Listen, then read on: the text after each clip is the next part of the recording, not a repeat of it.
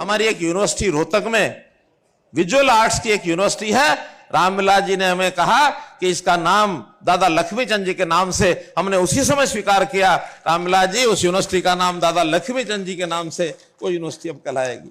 पुजारी और पुरोहित, पुजारी पुरोहित के कल्याण बोर्ड की मैं घोषणा करता हूं, ताकि इन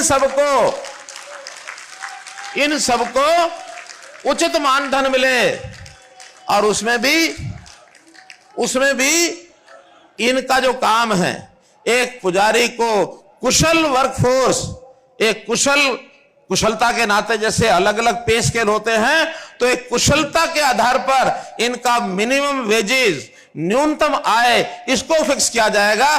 जो हमारा गौड़ ब्राह्मण आयुर्वेदिक कॉलेज है, हर साल उसको सीटों के लिए सैंक्शन मांगनी पड़ती है। तो आपकी जानकारी के लिए इस साल की 100 बीएमएस की सीटें ये मंजूर करके हमने भेज दी हैं, ताकि 100 बच्चों को और एडमिशन मिल जाए।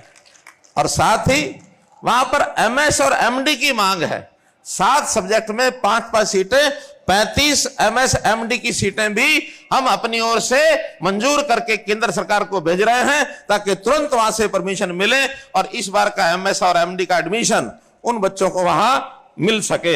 हमारे मेडिकल कॉलेजेस बन रहे हैं, लगभग हर जिले में एक मेडिकल कॉलेज हो जाएगा।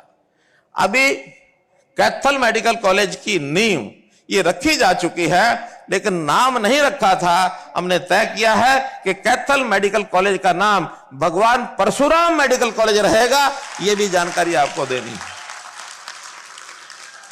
तो एक बड़ी घोषणा मैं ये कर रहा हूं कि भगवान परशुराम जी का जन्मदिन अक्षय तृतीया ये गजेटेड हॉलिडे होगी, और ये इस साल से लागू हो जाएगी। वो जमीन पैरावर की गौड़ ब्राह्मण कॉलेज को मिलेगी, ये तय है। 2009 से ये जमीन लीज पर ली गई थी, 2042 में खत्म होनी थी। अब 2022 से नए सिरे से और 33 साल के लिए 2055 तक इस लीज को रिन्यू किया जाएगा। भगवान परशुराम जी के ऊपर एक मन में यह भी विचार आया है, उनके चित्र से एक पोस्टल स्टैंप, डाक टिकट ये जारी की जाए। अब ईपीबीजी का मामला क्या था सुनिए।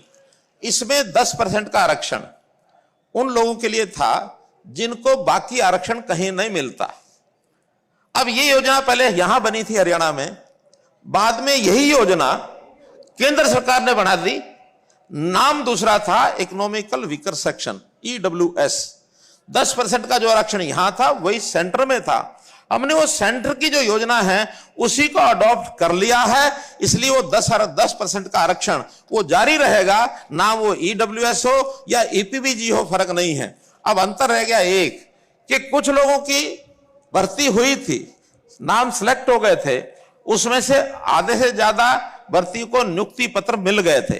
लेकिन जब ये बीच में चेंज हुआ, केंद्र सरकार ने वो बनाया, उसके बाद कोर्ट ने उसके ऊपर एक थोड़ा डंगा डाला था कि अब इसके बाद EWS में जो भर्ती होंगे वही लागू रहेंगे, बाकी बचे हुए EWS के लोगों को नियुक्ति नहीं दी जा सकती। लेकिन हमने उसमें अपील कर दी है कि ऐसे जो बचे हुए 400-500 लोग हैं, वो जो EPBG के हैं, उनकी तारीख भी शायद 20-22 तारीख लगी हुई है। हम पुरजोर हाई कोर्ट के अंदर अपने वकील को खड़ा करके इसके लिए कोशिश कर रहे हैं कि उन बचे हुए लोगों को भी हम नियुक्ति दिला सकें, उनको नियुक्ति हम दिला सकें। ये हम 20 और 22 तारीख के आसपास इसका निर्णय हम करवाएंगे। एक जो विषय रह गया है जिसके बारे में अभी नीचे से आवाज उठ रही थी, और वो विषय है दोलीदार। मुझे पता है ये भी बहुत से लोग इससे प्रभावित हुए हैं। ये जब दोलीदार का कानून बना था उस समय इस पर बहुत ज्यादा ध्यान नहीं दिया गया। बाद में जब ये कोर्ट में चैलेंज हुआ तो उसके अंदर कई बातें आई। हमने एक अमेंडमेंट उसमें किया ताकि कोर्ट का जो रास्ता साफ कर दें।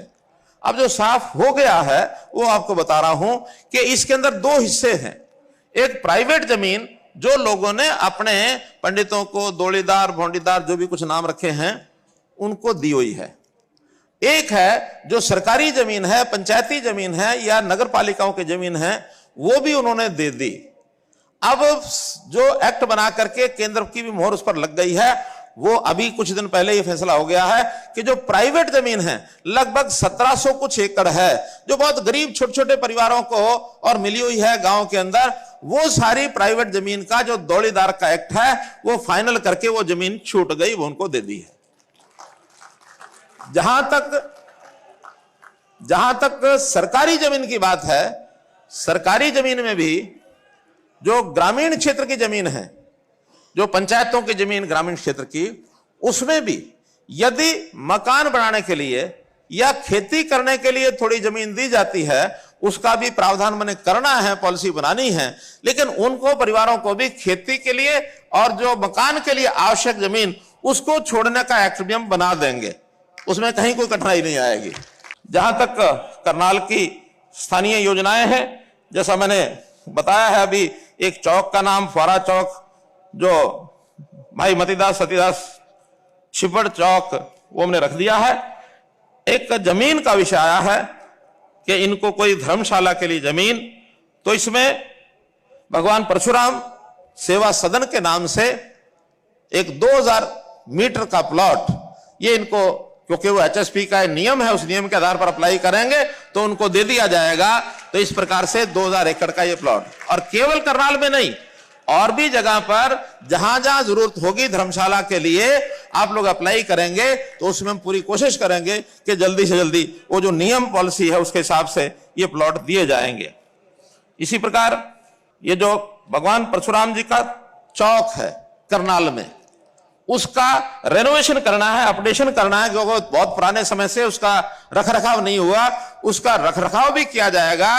और भगवान परशुराम चौक से गांधी चौक तक वो जो मार्ग है, जो डॉक्टर कल्पना चावला के कॉलेज के सामने वाला मार्ग है, उसका नाम भगवान परशुराम मार्ग ये भी रख दिया जाएगा, ऐसा भी हमने निर्णय लिया है। एक हमने कहा है कि कोई शहर के अंदर बड़ा कोई पार्क यदि हमको मिलेगा, अभी ढूंढ रहे हैं हमारे लोग, अगर बड़ा पार्क कोई मिलता है तो वहां भगवान परशुराम जी का एक स्टैच्यू ये भी लगवाया जाएगा, ऐसा भी हमने यहां के लोगों को विश्वास दिया है। कुछ धर्मशालाएं हैं यहां करनाल में, कुछ धर्मशालाओं को तो पैसा हमने रिलीज किया है, हमारे पास आ गए थे एप्लीकेशन लेकर के, उनको दिया है, वो मान भी गया कि हमको मिला है। लेकिन 2-3 धर्मशालाएं ऐसी भी हैं जिनको वो मुख्यमंत्री का जो सहायता कोष होता है, जो उसमें डिस्क्रिप्शन कोटा है, वो नहीं मिलता है।